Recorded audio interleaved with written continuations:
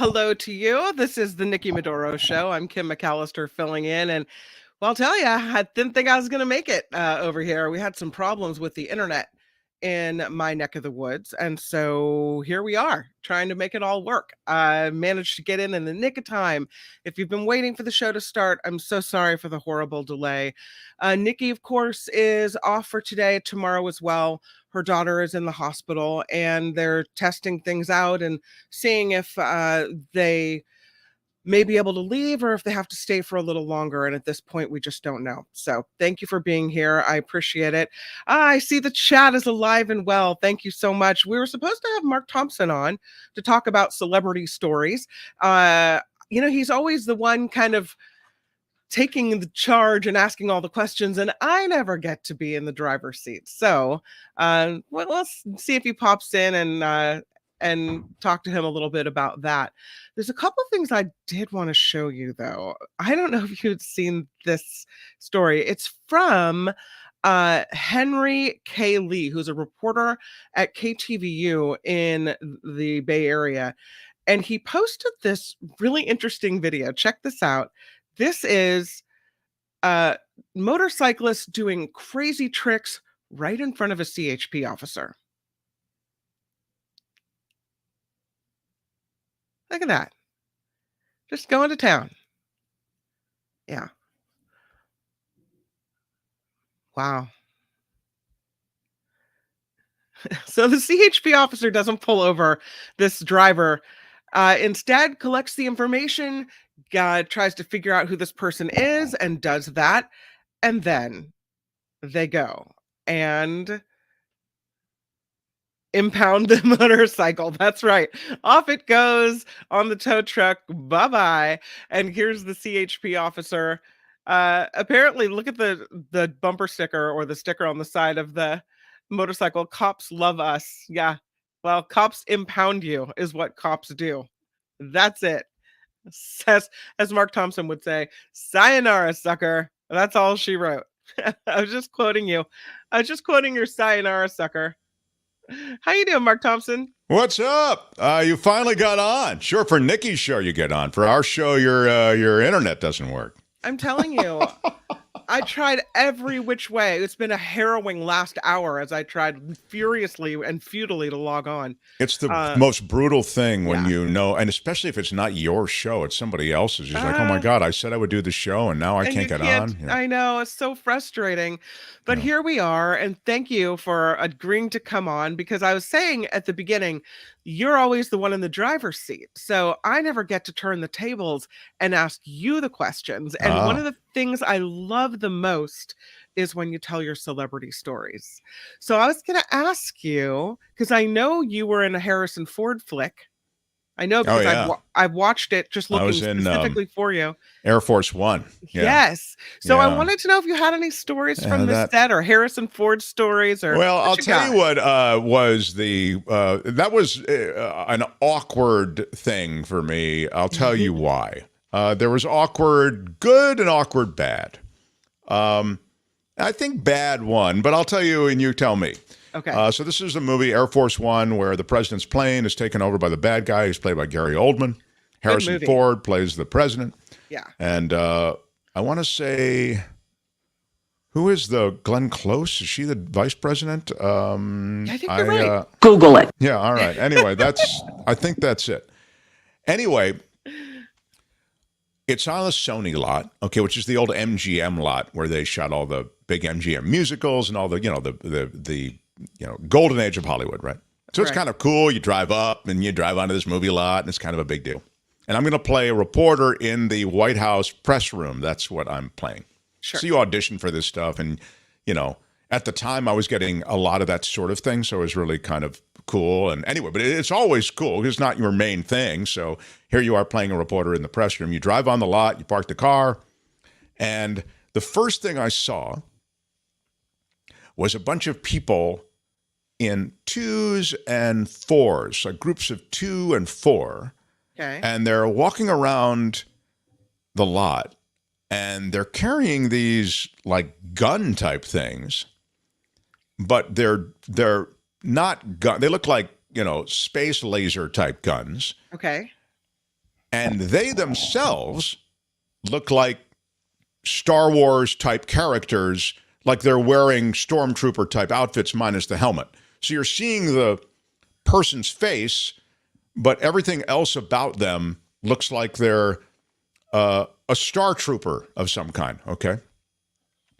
And that's because they were shooting at the same time. That movie, I think it's called Star Troopers. Okay. Yeah. I mean, I think that's the name of the movie. I'm not sure. You'll have to check. But Google it. All right. So Star Troopers and the people who are the Star Troopers are walking around because they're on lunch or they're on a break or they're not needed for a shot. So right away, it's kind of cool. You know, you're on this movie lot, and there are these huge sound stages.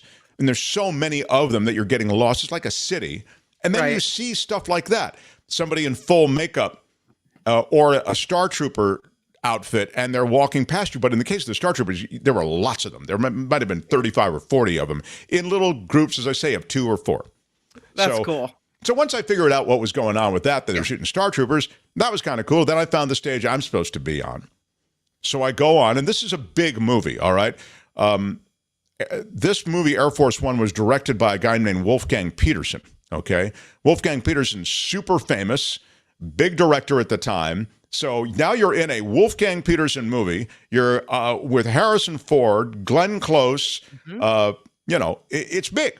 Yeah. So I walk in. And where's the drop? Do you know who I am? You get it. Yeah. Do you know who I am? Yeah. Thank you very much. Yeah, right. Compared to the other reporters, I was a big deal because I was an actual television person. Sure. And you walk into this soundstage, and they have an absolute replica of the White House press room. Cool. An absolute remarkable double. Subsequently, I've done movies that have involved and television shows that have involved the president or stuff on Capitol Hill, and they do the same thing. They make whatever environment that you're supposed to be working in a double for that environment in real life. For example, I did a show called it's a woman who plays president, and she is Gina Davis plays the president. Help me. What was the name of the show? That movie. Google it. Okay, I know. Gina Davis plays the president. It's not a movie. It was a TV series on ABC. It wasn't Madam President, but anyway. I really like that one, by the way. So Madam I President. Walk. I know those are great, and I love the idea of a woman president. Sadly, it has to always be, it always has to be in movies or in TV. Commander in Chief. Commander in Chief. Thank you. Very, very good. So I was on the set of Commander in Chief, and I did multiple episodes for that, and that had its own kind of cool thing to it because I was in scenes with Donald Sutherland, who's like just a legendary actor. Oh yeah. And I, at the time, this is a digression, but the first thing I want to say is that they had absolute replicas of the Oval Office.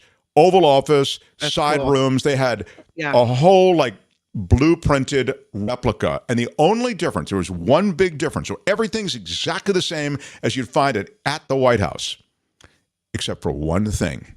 There was no what? There was no roof. Because they needed the roof for the lights, so for the lighting to be right. They need the lights. So anyway, that's that. This White House press room in Air Force One was the same. So three of us have lines in this movie. And if you go to Air Force One and you watch it again, you'll see all these close-ups of me, and yet I don't say anything that you can hear, okay? There's a reason for that. So there are 3 lines, and I forget. The line in the scene is James Marshall still president? Because, right, the president's plane has been taken, and, you know, there's a question as to who's still leading the country. Right. And so the person in the scene who has the line that will make it is the person who says, is James Marshall still president? At the time, I was getting a lot of this stuff, and at lunch, I meet the producer's mom. She's an ex-reporter from KYW in Philadelphia, I think. So you have a lot in common. So we're kind of vibing and talking. And then there was another girl there, Asian girl, younger, looked like she might have been cast because she was maybe knew somebody. I mean, she didn't fit the mold that everybody else did of reporters who look kind of more grizzled and more veteran, Sure. Anyway, but whatever. I mean, it was upon reflection that I noticed that. At the time, I didn't think. I thought, okay, fine. So I talked to the woman at lunch who's the producer's mom. Yeah. And she says, and you understand it's in a scene, everybody's shouting stuff, okay? Now, I can shout pretty much over a lot of people, okay? I mean, that's so I felt good. Why are you yelling? So I'm, people are going, Madam Vice President, is you're yelling, right? So I said to the woman who's the mother of the producer, look, I'll get my line out because I have a loud voice. Right. Why don't you take this line in the scene? Oh, she's in the movie too. Oh, yeah. There's three of us who have speaking lines. Okay, so it's me. I have a speaking line. Right. She has a speaking line. And then the third person, the younger girl, has a speaking line. Sure. A younger woman. She's probably 23 or something. Yeah. So I have the line, is James Marshall still president? And I said, and this is something I would never do again. This is how stupid I was back then. I'm going to tell you, this is stupid. Like, you fight for these roles and you audition for these roles. But to me, I didn't take it seriously enough. I didn't understand how special it was. Right. I gave her at lunch, I said, why don't you, like, they're not keeping track of who's saying what. And they weren't. They said, it was three lines kind of divvied up. You had to be there. It was like a weird thing. It was like, there was not, it wasn't, you say this, you say this. You go, you guys work this out, but why don't you, Mark, you'll say that, it was like no line was ascribed greater importance than another. At lunch, I said, why don't you say this line? Because I think this line is more important, but then I'll say your line. So then when we actually got into shoot, they fill that room with extras. And the extras were all shouting stuff. They gave the extras 4 different lines to be shouting. Okay, it was kind of funny how they did it. And they brought photographers in, got people who are extras who look like they're photographers. It looked real to me. I'm in the scene. I know it's a movie, and it still felt real. You think you're in the White House? Yeah. And then they brought Glenn Close in. And so she's there. And she's handling the press conference. And so we're yelling. And so I get my line off, although it's not my line anymore. It's the mother at the producer's line. And then the producer's mother gets the line off, but it wasn't the line that I gave her. Uh-oh. And then the younger girl, or woman, 23-year-old, was she gets the line, is James Marshall still president? I'm thinking, wait a minute. I gave that woman the line, is James Marshall still president? And somehow, and later I found out that she had given the line to the younger, like they were all swapping lines. And to be fair, I don't think anybody realized that these lines were significant. Right. Even I thought, I don't know, we're all shouting these lines. They're all some version of, is James Marshall still president? Sure. Is the president okay? What can you tell us about the president? It was all some version of that. So upon reflection, I realized that is James Marshall still president was the critical line that is not going to get cut from the movie. But at the time, I don't think, to be fair, I really understood that. Right. So she gave away my line. So if you look at that movie today, there is the press room scene directed by Wolfgang Peterson. It comes in with a German accent and, okay, one to you yell, yeah, let's run it once, blah, blah, blah. And son of a gun, son of a bee. You see close-ups of me, man. I had a line, but it was cut out of the movie because the person who says the real line is that younger reporter in the front row. So yep. It was and that's how that ended. That was a brutal thing. But so when you ask about that movie, that's what I remember. You know, it's like good news is you're on a big movie set, a lot of movie stars. And bad news is you're kind of an idiot and you gave away, I never made that mistake again. Yeah. But you don't have any stories like in the lunch line with Harrison Ford? Oh yeah, well we got high in his trailer together. No, we didn't. See, that's what I was looking for. I know. I'm sorry. I know you wanted a real I don't really have any stories of like doing drugs or partying with any big stars.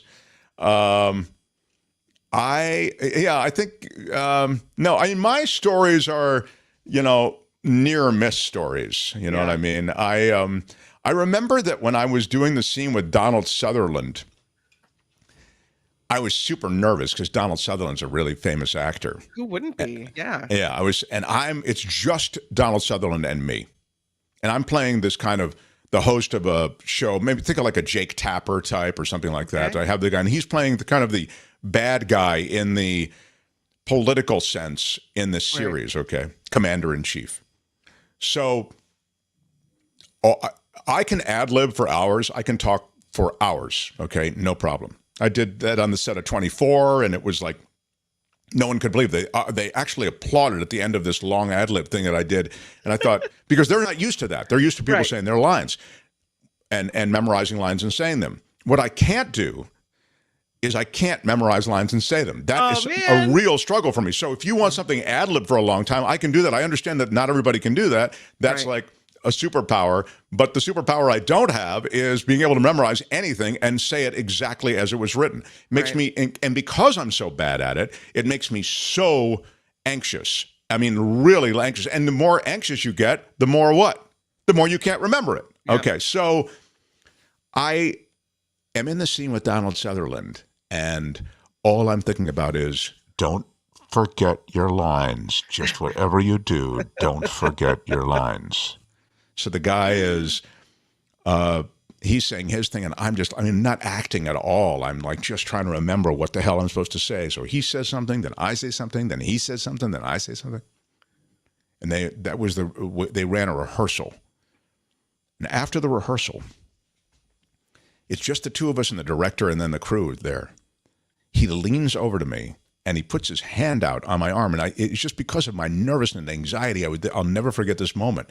And he said, "That was terrific. You've never acted before?" I'm thinking, acted? I'm just trying to remember the effing lines, dude. I'm doing no acting. None. Zero. Okay? And yet, somehow, so then the next day, I come to the set, and his son is Kiefer Sutherland, and he's on 24, and I'd done a bunch of stuff on 24. And he says, "This is Donald Sutherland, legendary guy." I walk into the makeup trailer, and he goes, "Hey, I saw you on 24 last night." I'm thinking, Donald Sutherland and I are pals. We are pals now. Yes, you are. So we started talking about Kiefer and blah, blah, blah. That was my best hangout experience. It was with Donald Sutherland. The problem is he's such a big deal that I got nervous. I'm just too nervous talking to them. I'm just not comfortable, It says here on the IMDb Mark Thompson site, because you're that big of a deal that you have your own page. Yes. Do you know who I am? Right. What happened? You're known for The Day After Tomorrow. Oh, yeah. That was a big scene. Day After Tomorrow. Pivotal sequence. Independence Day. No idea where I am in that movie or if I'm ever seen. They hired everybody. Yeah, I don't know. Video newscaster, exactly. You're in a monitor somewhere. Yeah, that's nothing. The cable guy. Cable guy, big scene. Judd Apatow and Ben Stiller. That was a great, fun movie to do. Yeah. And then I forgot about that. I am a big deal. Do you know who I am? All right. Yeah, go ahead. Like, I should have been more nervous hanging out with you on the radio, not realizing what was going on. So talk to me about the cable guy. How fun was that? The cable guy was great because I'm a big Ben Stiller fan, and people who know Ben Stiller may know the Ben Stiller show where he first started. And if you watch the Ben Stiller show, so many people were launched off that show. Andy Dick, Janine Garofalo. I'm forgetting now, but there are more. And so I was already a Ben Stiller fan, and we had done some stuff together, like Fox upfrontish kind of things in front of advertisers. And I was an MC often on those, and so that was kind of cool. But I'm sure Ben hated it, but it was kind of cool to be around them. I hated having to do those things. He just wants to make a TV show. Anyway, I get cast in this film along with a colleague of mine from the television station in Los Angeles where I was working. And we did this movie, The Cable Guy, and it was, I thought, a really good, it's now a cult classic. At the time, I think it didn't open to, it was Jim Carrey, it didn't open to huge business. But isn't it, I think it's Jim Carrey and I want to say it's and it's Jim Carrey and Director Ben Stiller, stars Jim Carrey, Matthew Broderick, and Matthew Leslie Broderick. Mann. That's it. Yeah, Matthew Broderick. Thank you. Yeah. But to be fair and honest, Broderick and Stiller were not on. I'm sorry, Broderick and Carey were not on the set for my scenes because they're watching something on television, so we're doing the television stuff. But Ben Stiller and Judd Apatow were, and that's where I met Apatow. I didn't know him prior to that, and I thought Cable Guy was great. And now, as I say, it has sort of ascended to this cult classic. But it was a. I remember on that set he was saying, "Would you say that as an anchor, or do you think this works?" Or that's always fun when you feel like you're collaborating in any way. I mean, I know it's a little thing, but it was there's a shimmer to it all that's real. It definitely is real. Yeah. And I found on this site as well, doing my Mark Thompson research, a picture of you with the Dancing with the Stars lady, Brooke Burns. No, Brooke Burns. Now. Brooke is amazing. Now I'm really nervous because you got that sidekick and then you got me. So wait a minute. Brooke is tall, stunningly beautiful, funny, like super charismatic and dynamic. It's almost like not cool to be around her because she just takes all of the energy in the room. You know what I mean? Yeah. And I know why, because she's all those things I just mentioned. We did a show together called Hole in the Wall. Right. And that's how she was the co-host. And it was so much fun to do. It was at the time, it was the biggest studio audience in the history of game shows.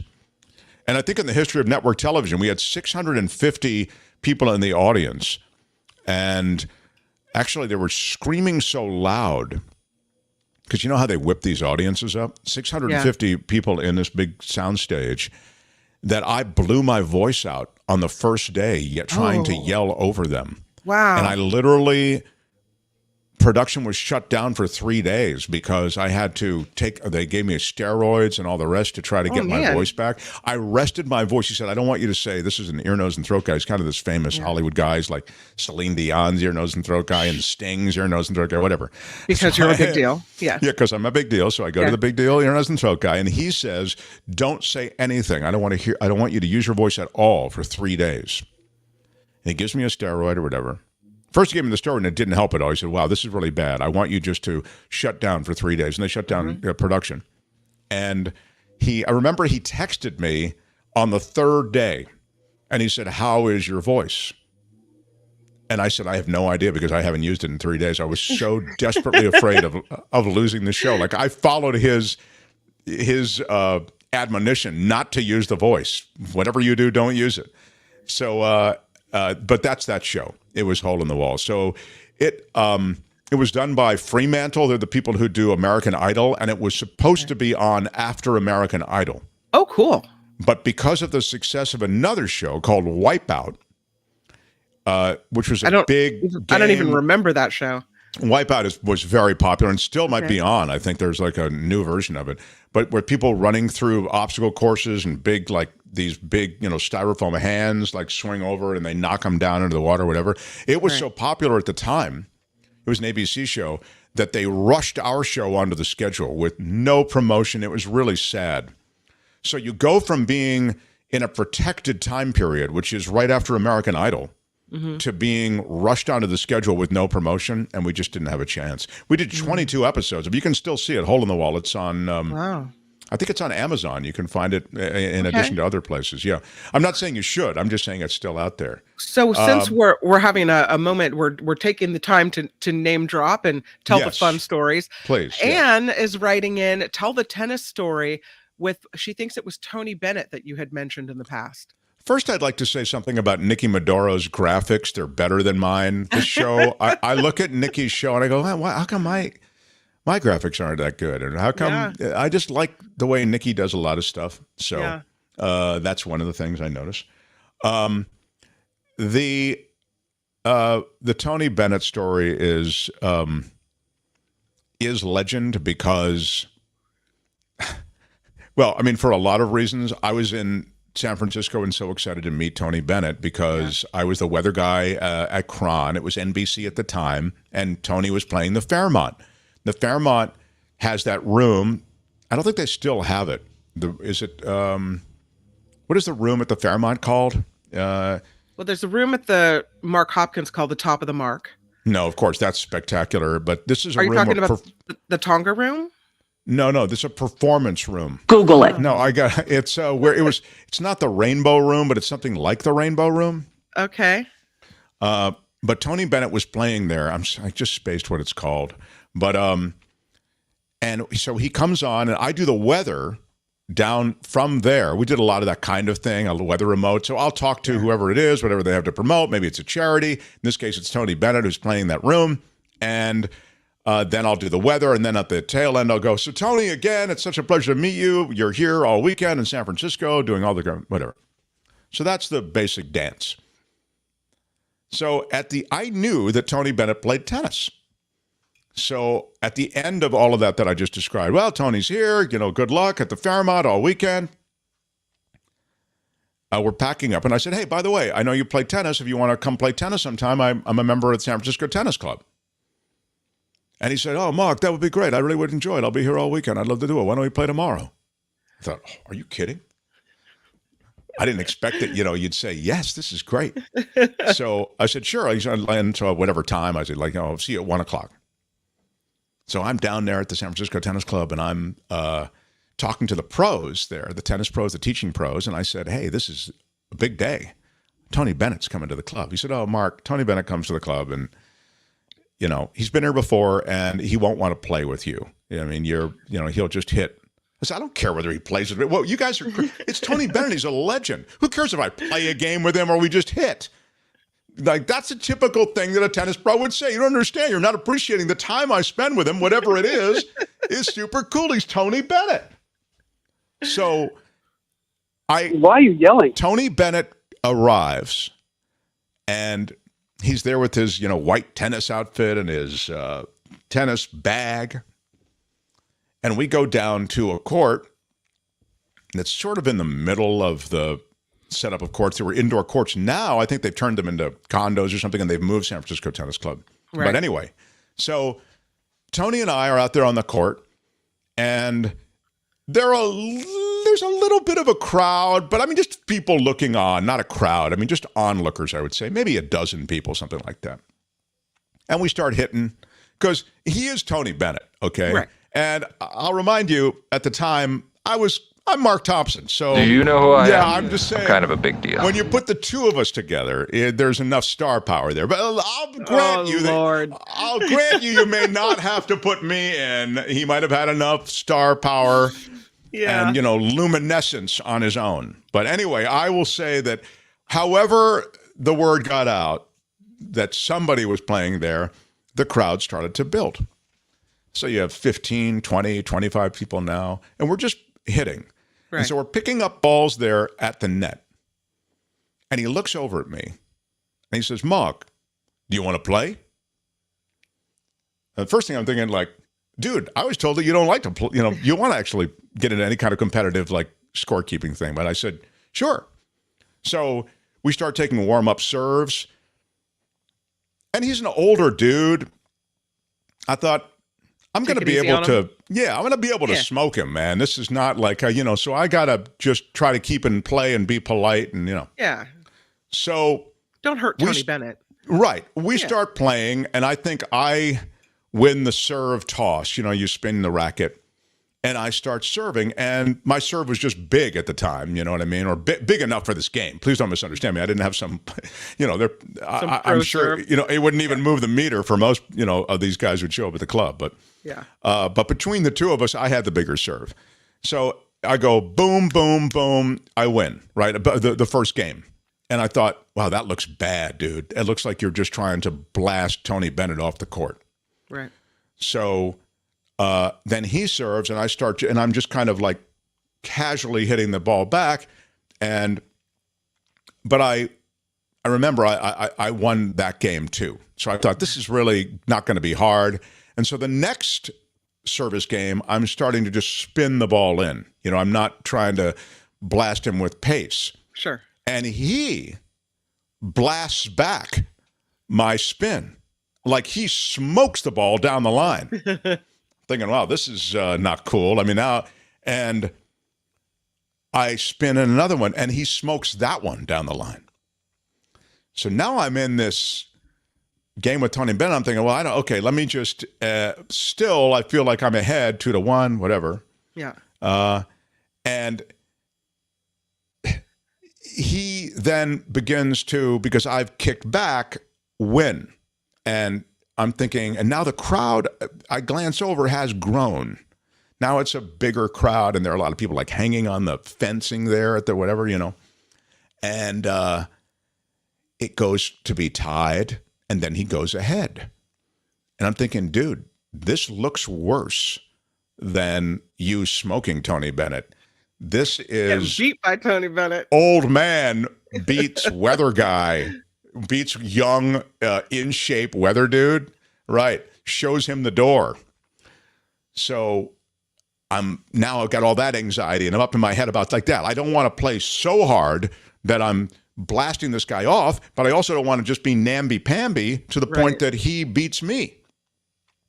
Well, long story longer, I didn't know how to split the difference. I'm either playing or I'm not. Right. And I start pushing the ball long, and I started pushing the ball wide, and I start overhitting. As I got behind, I started overhitting my backhand and dumping it into the net and overhitting my forehand, and it went just long.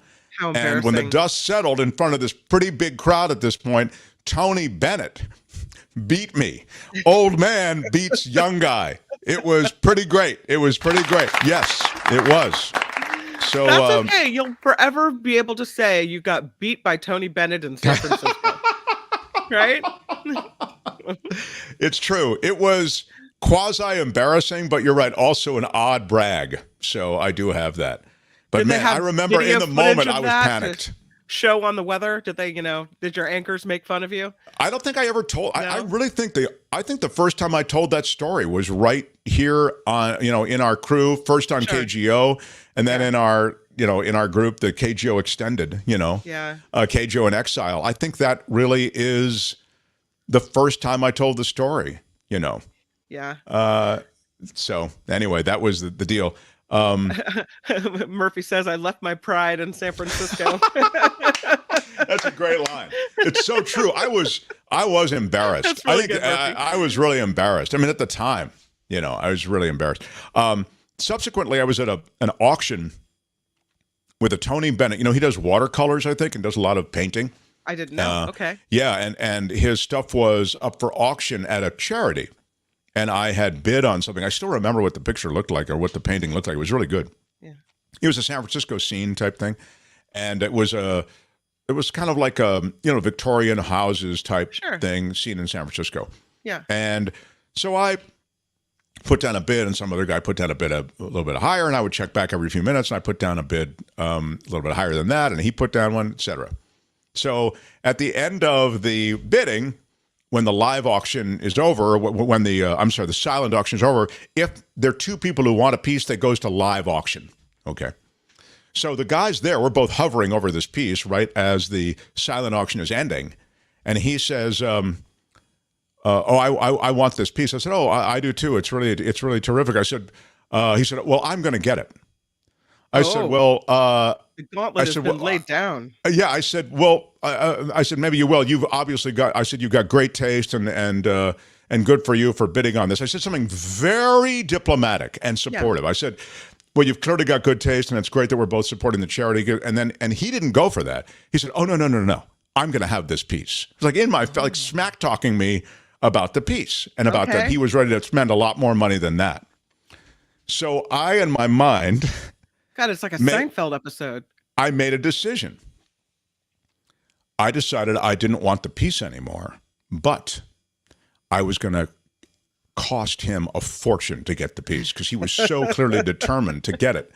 that I was just going to run the price up to some ridiculous number, and then I was just going to dance out. And that's exactly what I did. It was thousands and thousands of dollars that guy paid for that piece, and I had no intention of paying more than $1,200 for it originally.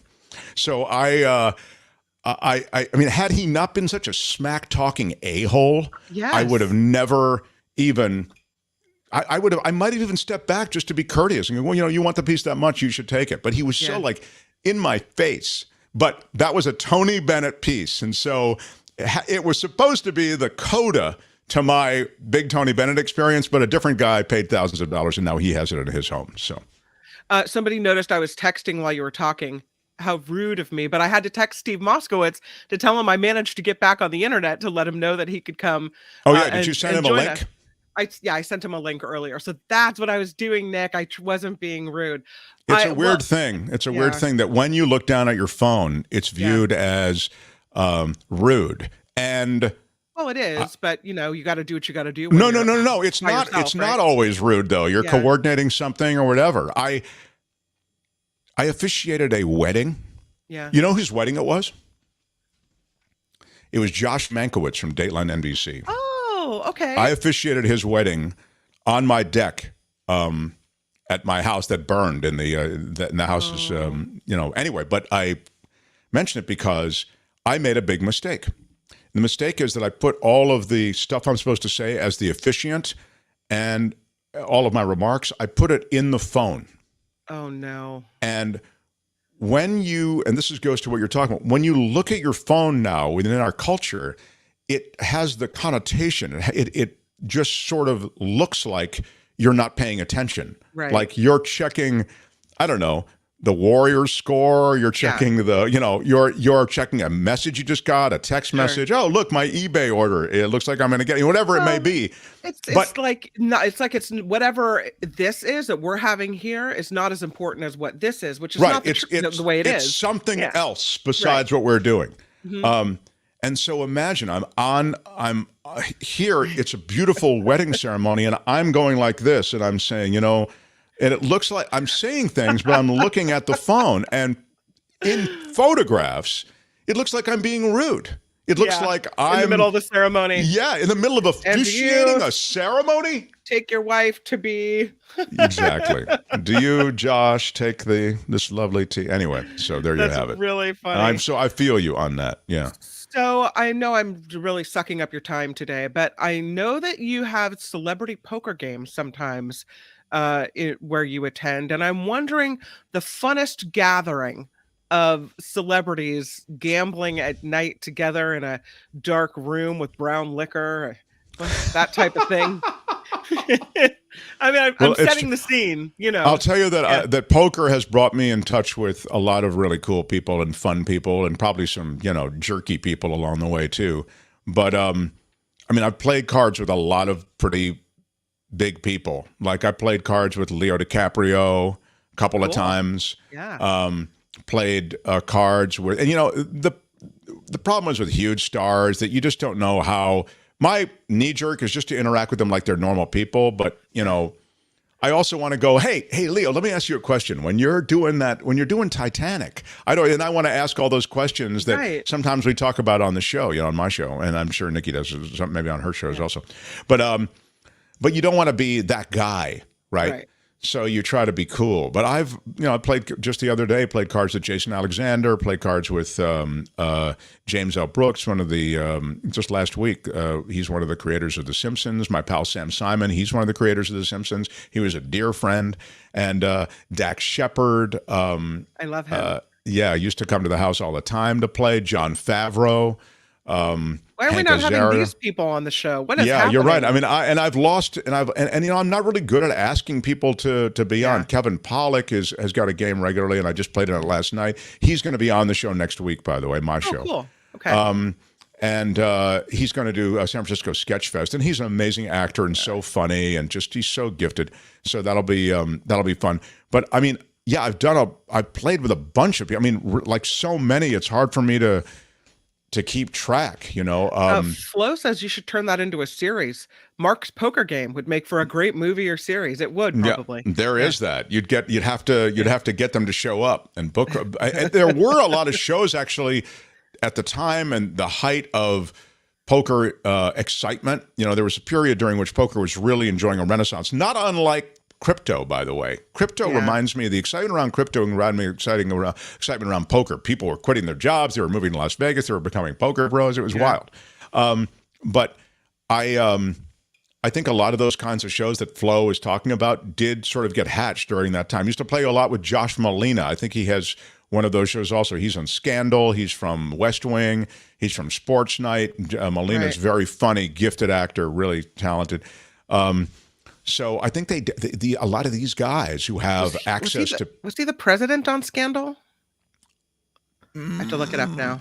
Yeah, you have to look. I mean, Google it. I really don't know the... I'm going to. Yeah. Does anybody ever get pissed off? Like they're losing, they're mad, that type of thing? Hell yeah. Absolutely. I mean, it's unreal the number of... sometimes the way to win money in poker is not by waiting to get kings or aces or whatever, but to play funky hands. You know what I mean? And when you get beaten by a funky hand, you can get angry. Or when people get beaten by your funky hand, they get angry. So that can happen. There he is. That's Josh. Josh Molina. Yeah, he was so not the talented. President. He really is. Yeah. He was great on the West Wing. I mean, he delivered those lines with such rapid fire, and it was good. Yeah. He should come on our show. Maybe I'll get him on our show if you'd like. Yeah. Anyway, Nikki, you're awesome, and I love having you on my show. And my show. Wait, you mean Kim? Kim, I say Nikki. Yeah, whatever, whoever you are. I haven't slept in days. No Brooke Burns. That's what it is. Brooke, I ran into. She's got a child. I don't think she was married, but I think she had a child with that guy. Is it Josh Duhamel or something? Is that how he says his name? Do you know the... Google it. I don't know. Yeah. I mean, I'm not sure what the... but I ran into her with that child who's now like 7 or 8 years old. Right. But I thought she and some other like really handsome dude, like it was like a genetic experiment. The two of them got together and, make this adorable kid. But... anyway, I haven't seen Brooke in forever. It was good that you jogged my memory on her. Yeah. But Kim, this is I'm sorry, go ahead. Yeah. No, please. I was just going to thank you for coming on, and I appreciate it. And, I'm glad that you took the time, and glad we finally made it back onto the I finally made it back onto the air. It's hard. I'm counting on you to host my show tomorrow, although I am going to... Because I have a power outage in my world that's coming. They announced it. They said that they're coming to replace the transformer in the whole neighborhood. We may try to get on with me, but I don't know. We were talking about this after the show was over today. We'll see how it goes. But and we're counting on you, and I'll try to get to an internet safe place. But your house, by the way, is your garage flooding? What's going on? My garage has dried out, but there's more rain coming. So it's a and there seems to be some problems. I got sandbags ordered. They won't be here until next Wednesday. So that's late. By the way, if you will try to get sandbags, you can get them, but they're really heavy. Yeah. And they said, well, that's no problem. I was at Home Depot, and they said, well, it's no problem. We'll load them into the car for you. I said, yeah, but I'm driving that car to a different place, and then you're on your own, pal. Right. Then I got to take them out. See, unless you're going to climb in the trunk with them, it doesn't do me any good that you load them in. See, most places, at least in the town where I live, you got to go to the sand pile that the city provides and fill your own sandbags and make your own sandbags and load them in your car. So you're very hoity-toity there with your Home Depot escapades. You don't hear hoity-toity and Home Depot in the same sentence much, but maybe it doesn't take much to impress in this conversation, clearly. But I'm bummed. I've got a special thing on order, which is kind of like it's like a dam thing that you can lay out, and as the rain comes, it will absorb the water and keep it from training in. So I'm hoping that moves it away from the house. Yeah. But fire and flood, right? Those are the two things. And quake. Quake is the other thing we worry about. Fire, flood, and quake. And power outages. That's the evil three. I love Nikki's show. I watch Nikki's show. I know she's going through some stuff right now with her daughter, and I'm thinking of her often. And it was my pleasure to be on. Yeah, and, thank you. Anything I can do to support. So, yeah, of course. Kim. Thanks for hanging out. You're a great asset, and I love seeing you. And thanks, everybody. We'll Just see you glad you got my tomorrow. name right this time. Love Oh, you. so I know. Bye. Bye. Bye. All right, let's do a little bit of news now that we get rid of Mark Thompson. Attorney General Merrick Garland, I don't know if you saw this development. He's appointing a special counsel to oversee the investigation into President Biden's handling of classified documents following his tenure as vice president. Robert Hur is taking on this role after serving as U.S. Attorney for the District of Maryland during the Trump administration. The announcement comes after Biden's private attorneys found materials with classified markings at the Penn Biden Center in Washington, D.C., and in storage at his home in Delaware. Opening statements underway in the Proud Boys trial for their alleged involvement in the Capitol riot. Leader Enrique Tarrio and 4 members of the far-right extremist group charged with conspiring to stop the transfer of power to President Biden by force. They are also charged with assaulting police officers, obstructing a government proceeding, and destroying federal property.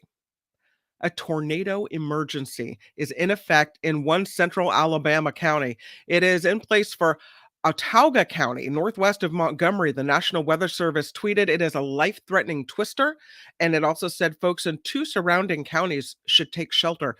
A little tornado in the town of Wilton near Stockton, I think that was yesterday, where one touched down, went for about a half mile, took down some trees. Doesn't often happen here, but I was looking up Wilton and tornadoes, and it turns out they had a tornado warning in that same area in 2015. So I guess you could say if it's going to happen, that's where.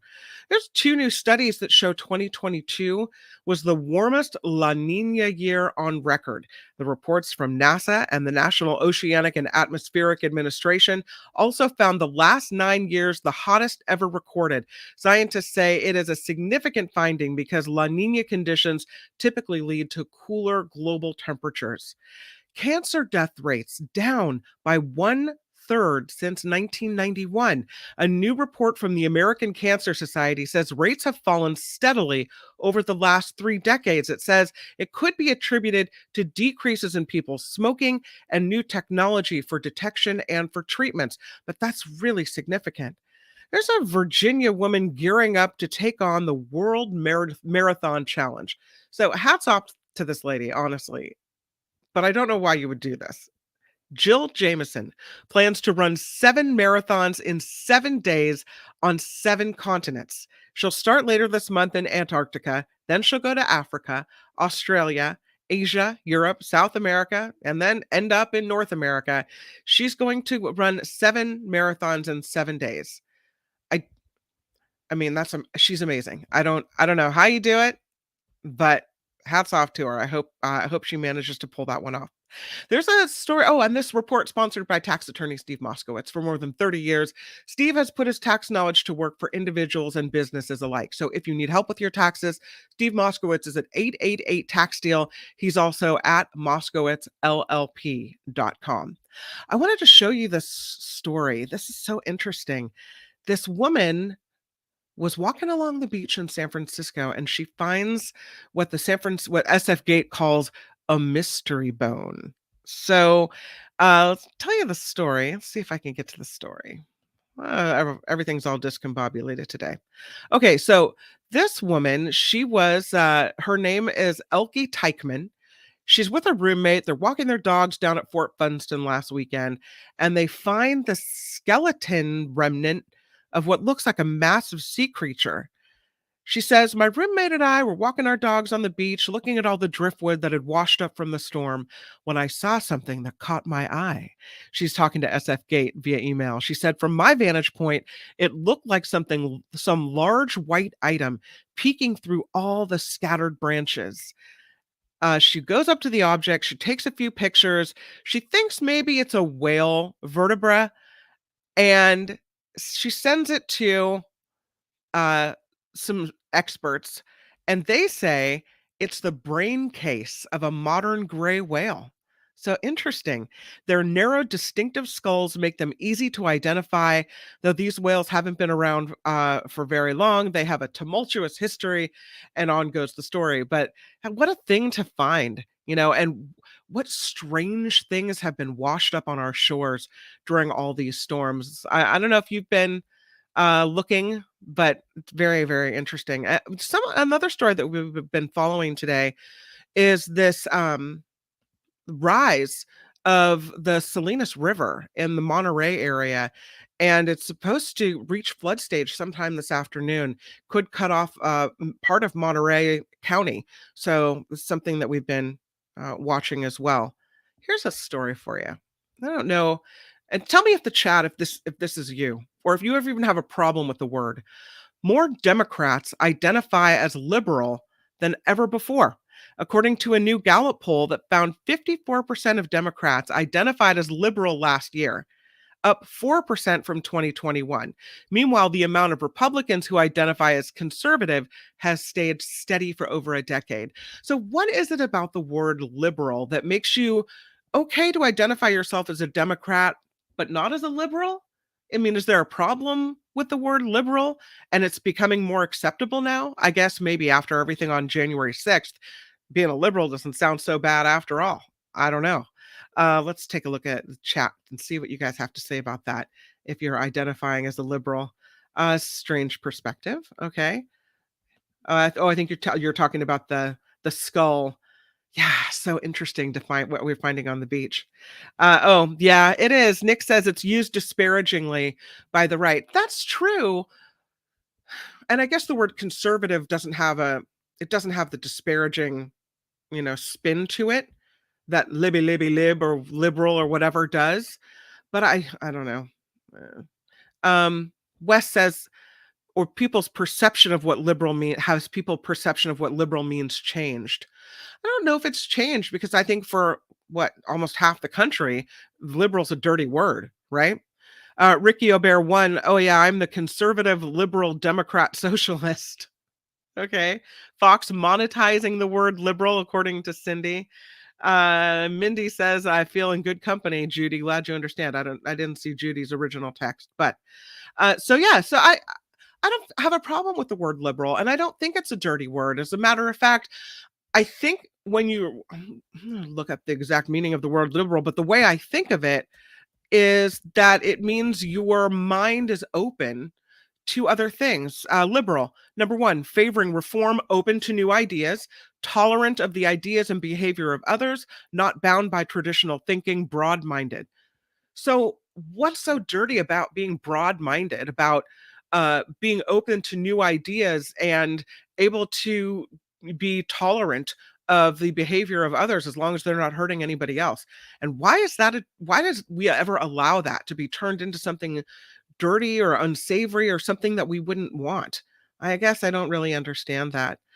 Here's Judy. Judy says, I think that it has to do with how right wingers use liberal interchangeably with Democrats. Yeah, that's true. But, and I know John Rothman would say, well, they tried to make Democrat a dirty word by emphasizing the rat at the end, right? So instead of saying Democratic congressman, they say Democrat congressman to kind of emphasize that rat word.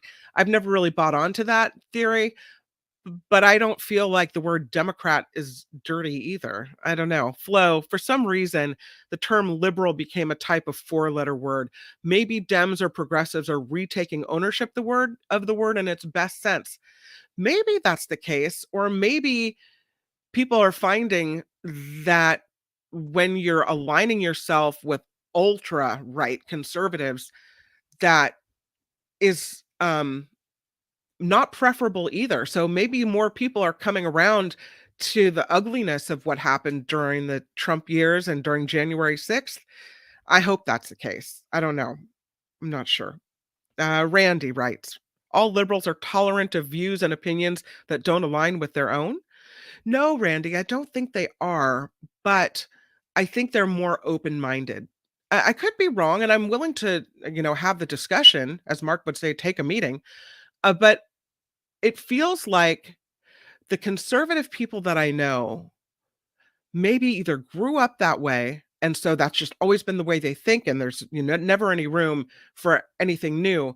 But the whole story behind Republicans and conservatives allegedly is that they would like to roll things back in time, right? Have the the 50s, the 1950s resurface, whereas liberals want to be progressive and move forward. And so that would, extend to open-minded thinking and new ideas and that type of thing. So, do I think that all liberals are tolerant of all views? No. I mean, that's not the case, because there are some that, just like conservatives, my way or the highway type of thing as well. But I think if you were in a room full of Republicans versus a room full of Democrats, you would find the Democrats more open to listening to what you had to say.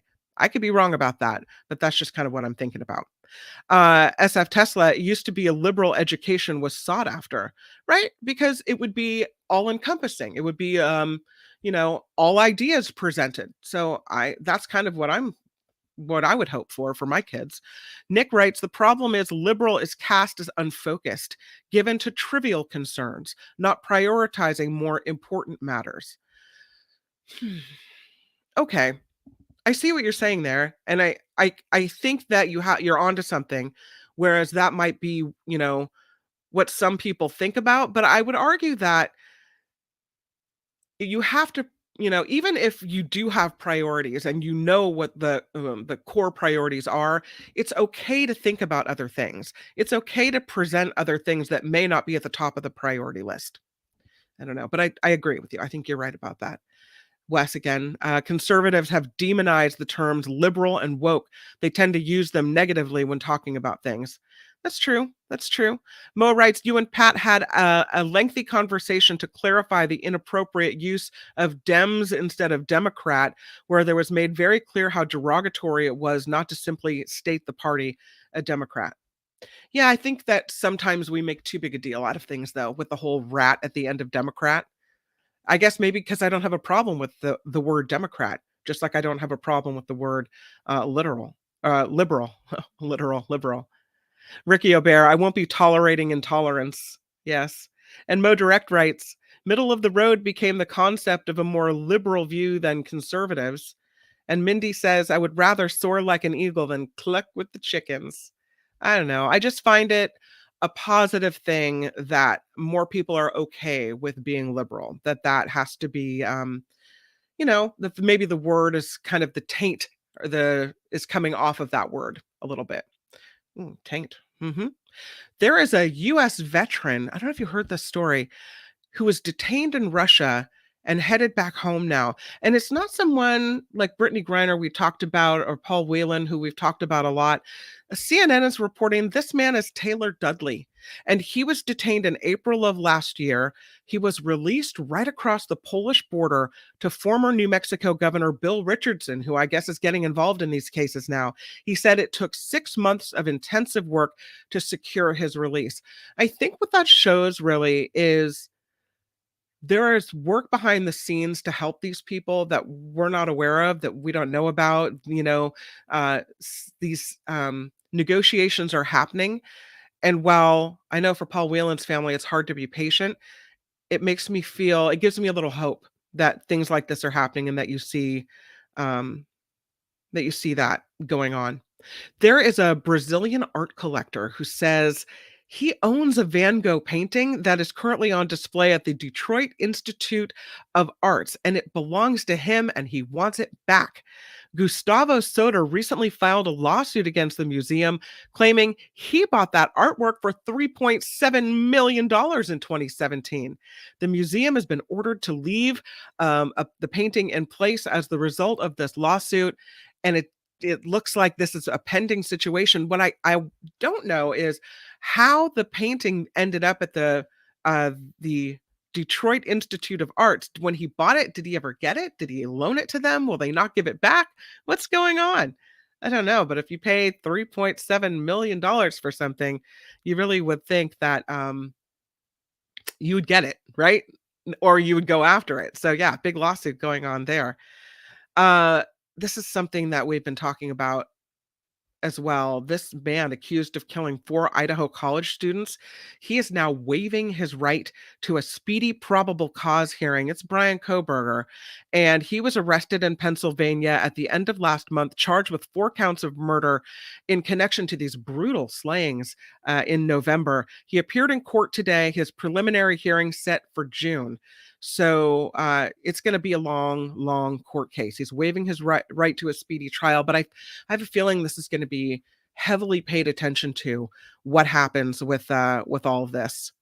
Yeah.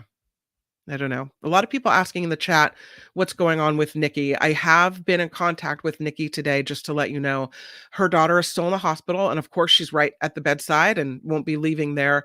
I don't know if it's going well. They're running some tests. There's a possibility that a procedure may have to be done. And so, she's expecting to be in the hospital for at least tomorrow and maybe into the weekend as well. But we'll keep you abreast of the situation and let you know exactly what's happening. Please send good thoughts to Nikki and her daughter Marley as they go through this. And it's a stressful situation. I do want to say thank you to the people, and I haven't been collecting them like I should be because, I'm new here. But I wanted to thank the people that have taken the time to donate to the show. And it's especially important right now. I really appreciate Andreas. Smash that like button for Nikki's daughter. Thank you. If you haven't hit the like button today, please do it. We so appreciate you. It doesn't cost anything. So click the like for us. We are grateful, and grateful to Andreas for donating $20 to us through the chat. Andreas with another $20. Welcome, Mark. Yeah, it's fun to have him on the show. I kind of like to just let him go with all these stories because he comes up with some real doozies, and I always love to hear it. Andreas, another $20. I'm working it to help Nikki, Kim, and Mark. Thank you, Andreas. We appreciate you. I can't tell you what your generosity means. Really, really grateful. Andreas with another $10. So kind. I'm thanking you. I'm kind of scrolling through to kind of put these up. So thank you to Andreas for donating. I thought I saw someone else had kicked in as well.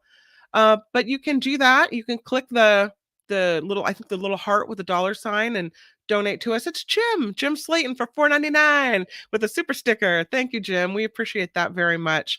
And I'll make sure to let Nikki know that you guys did that today for her. So thank you very much.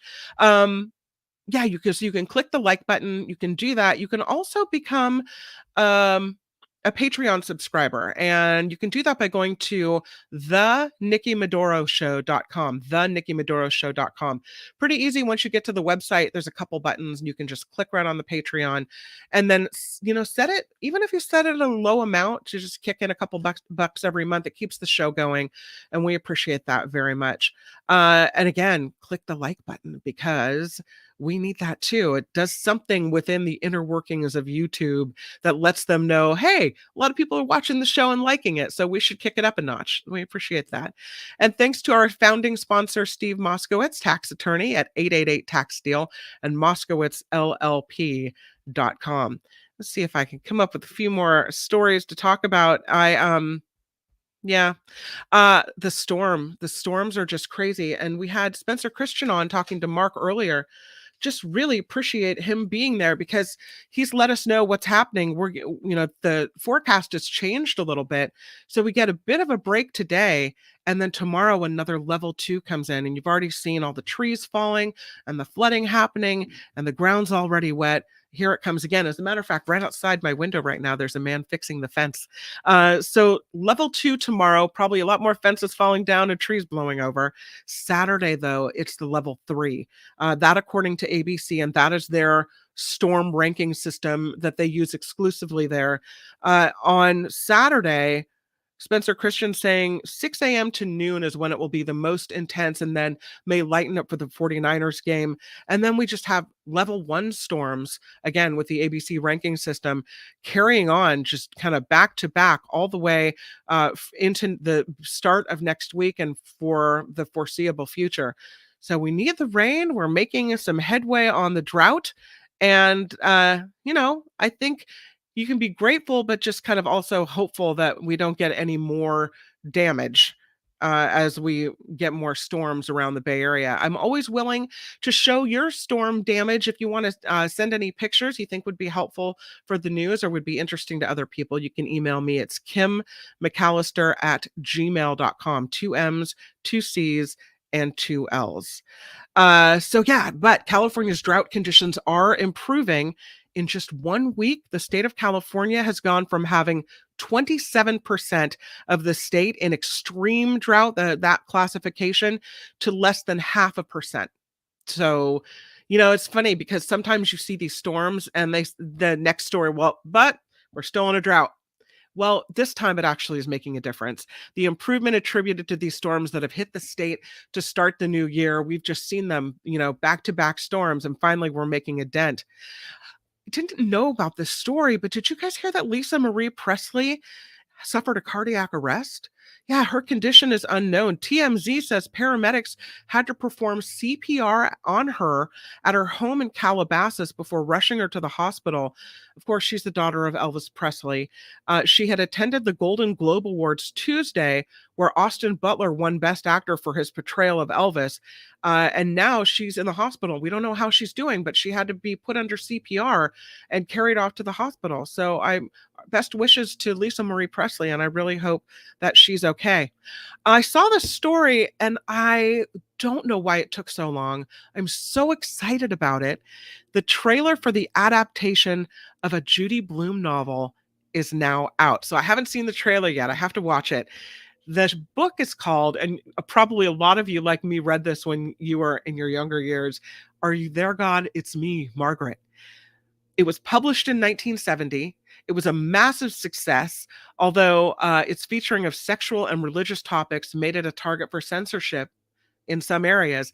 I never remember anyone being upset that I was reading that. I think I read it sometime in the 80s. The film stars Rachel McAdams and Kathy Bates. It's going to be opening in theaters April 28th, but the trailer is out today. So you wonder, if the book is written in 1970, had so much success, so many kids were reading it, why it took so long for them to make a movie about it. But I'm pretty excited. I think that's pretty cool. Yeah, Liz, my daughter loved Judy Blume. My daughter has never read a Judy Blume book, but I should introduce her to it. Yeah. So, Judy Blume, of course. Yeah. I'm I'm excited about this movie. I think it's one I'm going to keep in my on my radar so that I can go see it when it comes out. Thank you to Wes for the $5 sending positive thoughts to Nikki's daughter, as valuable to me as or more than the money, Wes. So thank you very much. The sending of positive thoughts. I'm very, very grateful for that, because I want that. I want this little girl to be okay. We're going to get her there. Judy says, I know Steve Moskowitz is the official exclusive sponsor, but Andreas is another sponsor. Yeah, he really is. He's so generous. So again, thank you to Andreas for that. We're really grateful, and grateful to Steve Moskowitz as well. I tried to text him the link, but I don't know if he got it. So we try to have him on. Judy was on the Today Show this morning with Jenna Bush. Oh, I missed it. I'll have to go back. Thank you for letting me know that. Judy Blume, of course. Yes. So that's exciting. I don't know. Not often where I see a movie so far out off in the distance that I get excited about it, but that one, even if it's a kids movie, I think I'm definitely going to go see it. Speaking of movies, though, Oscar-winning filmmaker James Cameron, apparently they're saying he's making his mark again on Hollywood. This time the marks are hands and footprints in the cement. This Today, the Avatar creator and his producing partner, John Landau, were at the famed TCL Chinese Theater. Both filmmakers won Oscars for the Titanic 25 years ago, and their new film, Avatar: The Way of Water, is being nominated for several awards. It seems long overdue for him to be able to get his hands and feet in the cement in front of the Chinese theater in Hollywood. UFO cases. Let's talk about that. Federal intelligence agencies releasing an influx of UFO cases since March of 2021. Kind of creepy. More than 360 cases were added to the 144 documented over the 17 years before that. A report from the Director of National Intelligence says flying objects found by multiple agencies demonstrated unusual flight characteristics or performance capabilities. I'm fascinated by that. Maybe the aliens are here. I don't know. Somebody thinks something's going on up there.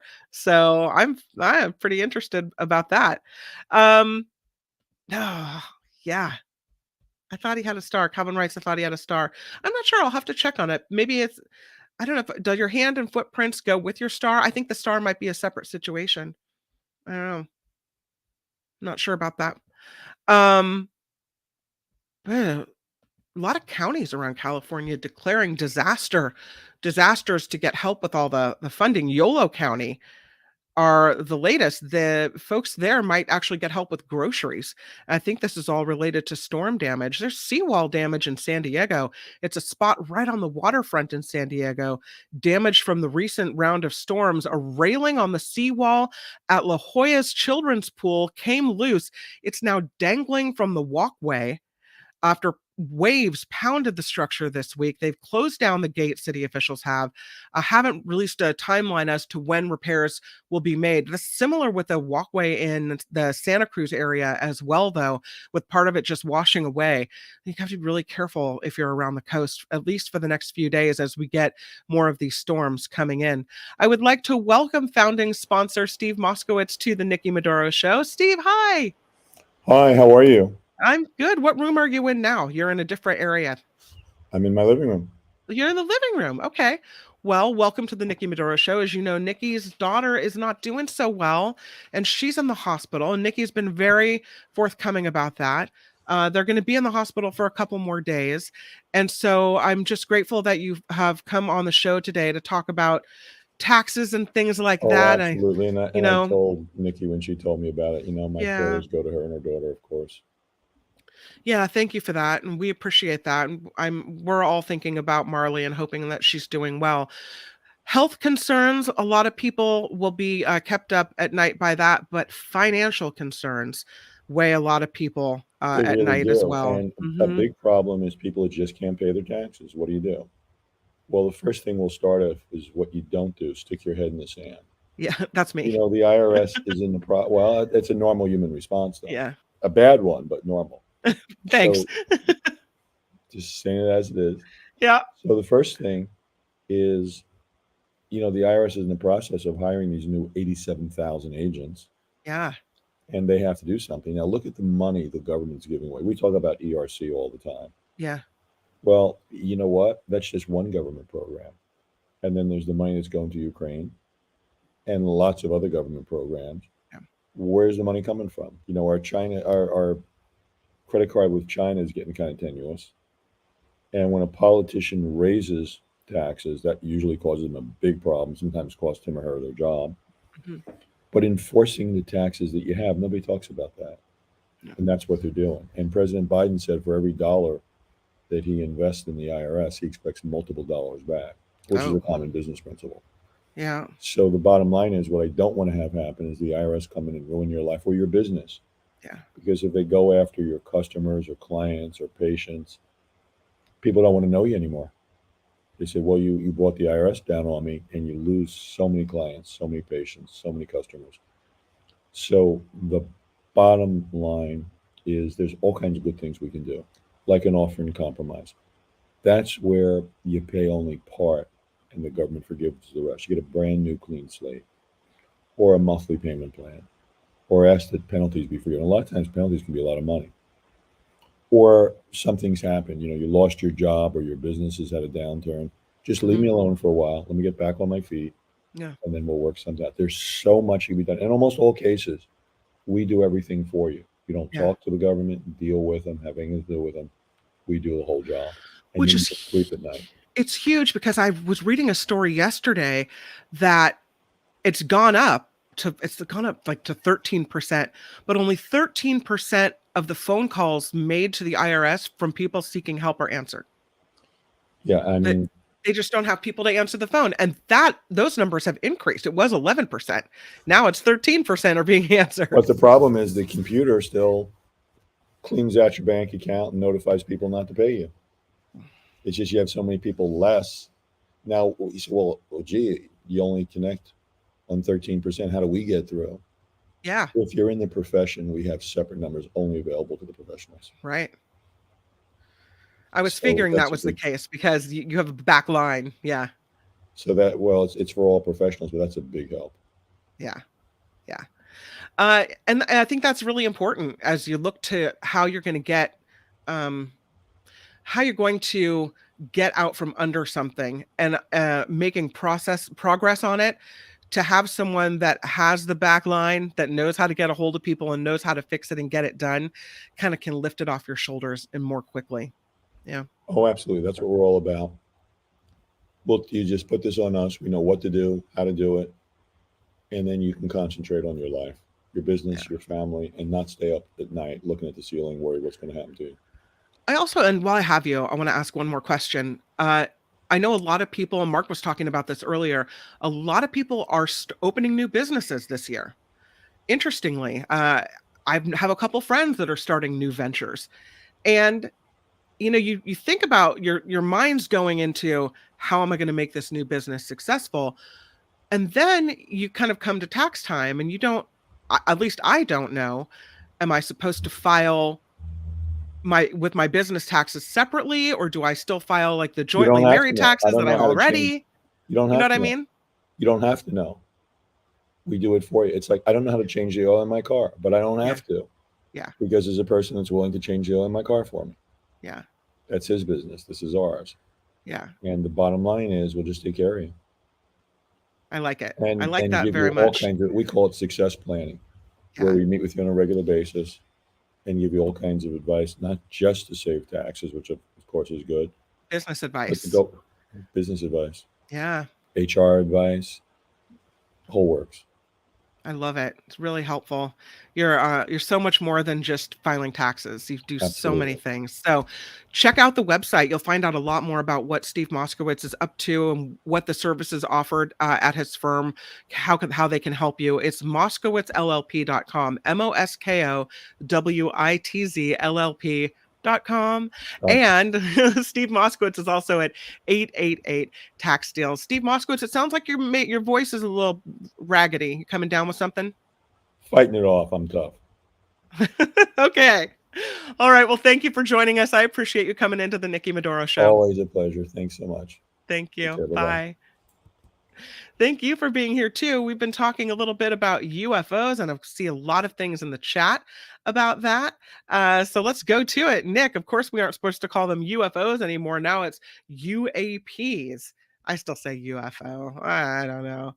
Right? We are due some reports about UFOs, but government is lagging. Not for the UFOs. They keep on coming. I don't know. It's kind of creepy. Other people asking for more UFO stories. I don't think I have more UFO stories, but if I have them, I'll bring them to you. Make sure you can bank on that. I definitely will. Oh, I wanted to tell you guys a couple different things about what's happening storm-wise. First of all, we know the storms are going to continue, and now FEMA is pre-positioning resources to work directly with California officials, so we continue to be storm ready. President Biden approved California's emergency declaration earlier this week. That means more federal assistance can come to California. Even though he was in Mexico at the time, he stamped off on that. So there was no delay in approval. More storms are on the way. And I wanted to tell you, I just clicked off on the story, but there was something going on the peninsula. Yeah, it's a sinkhole in San Mateo County, and it is closing a stretch of Highway 92. A large sinkhole opened up on the roadway overnight. The CHP says the road had to be closed down at 3 o'clock this morning. This is Highway 92 near Upper Skyline, Highway 35, and Pilarcitos Creek. And that's a big deal because it connects Highway 1 to Interstate 280. So I'm not sure if it's reopened yet, but it's definitely something to be aware of, a big old sinkhole closing down Highway 92. And with the storms still on tap and still ready to kind of, does Mother Nature punish you? I don't know, but I'll say it, the storms still punishing California. It looks like we could see more of this type of thing. That's kind of scary. I did a story recently in the South Bay or Central Valley where a sinkhole opened up and two cars went inside, one on top of the other, and a rescue had to be made. It's one of those things where you're just at the wrong place at the wrong time. I don't know if you can't see that kind of stuff coming, So it's just, yeah, it's something scary. If you don't have to drive when it's rainy out, it's a good idea not to, There is, this is creepy. I have a friend who has a deer head on her wall, and her husband's a hunter, and it freaks me out every time I see it. So taxidermy, not necessarily into it, but there is an odd collection who is landing this former Texas professor in jail. His name is Richard Kazmaier, and he was caught importing the stuffed bodies of endangered or protected species. Prosecutors found hundreds at his home in the Texas Panhandle. He apparently taught biology at West Texas A&M, but a federal judge sentenced him to 6 months in prison and a fine of $5,000 for violating the Lacey Act, which requires importers to declare wildlife to customs. And I guess he didn't do that. So the whole thing of stuffing animals, and we have a museum in Petaluma called it's the Petaluma Wildlife Museum. It's on the campus of Petaluma High School, and they have some live animals in there like snakes and reptiles, but most of this museum is taxidermied animals. I know it serves a purpose, so you go in and you learn about the animal, but it still freaks me out, the whole taxidermy thing. It's like I don't want to see its body. Am I alone in that? I just don't want to. I want to also thank Andreas again. I'll tell you, so nice. Andreas with another $20. Thank you so much for that, Andreas. You're very kind, and I really appreciate it. Liz says Highway 92 in San Mateo is shut down indefinitely. That is pretty scary. So we get the break from the storms today, as Judy writes, but yeah, it is pretty scary because it's coming right back on, right? A lot of people talking about Lisa Marie Presley, a sad situation, and I hope that she's still okay. People are saying Highway 90 still closed from Crystal Springs. Thank you for that information. And David, so grateful for the message, sending positive vibes to Nikki and Marley. So thank you for doing that. We really appreciate it. I will ask you once again to click the like button. If you can, just click it for us. And thank you for all the donations as well. Squarius, I agree. Andreas, so wonderful. We really appreciate the donations. And thank you for the positive thoughts for Nikki. It's a rough time, and I think it'll get better because when you have a chronic illness, you kind of learn how to manage it, and she's at the beginning of this journey as to how to manage it. So it's my hope that as things progress, that it becomes more of their normal and that everything is going to be okay. So I'm just going to keep being here and keep trying to support Nikki, because I know this is just the rough time. And it really puts everything else into perspective, right? A job loss at Station X is nothing compared to the health of your child. So I don't know. I agree with that. I appreciate it as well. I want to thank you for being here. I know I'm shortening up the show a little bit today. I will be back again tomorrow. Hopefully I won't have internet issues, and we'll be able to start this right off the bat and get the show done, lining up some guests for us for tomorrow as well. So thank you for sticking with me and bearing with me on the Nikki Maduro show today. I'm very grateful to you for being here. I'm going to end the broadcast with a little bit of music, as we always do. And here's Jacob. Nikki, you're all so awesome. You're proud, like a beautiful person. You're also the best. I really can't rest. You're all so awesome. Wow. Okay.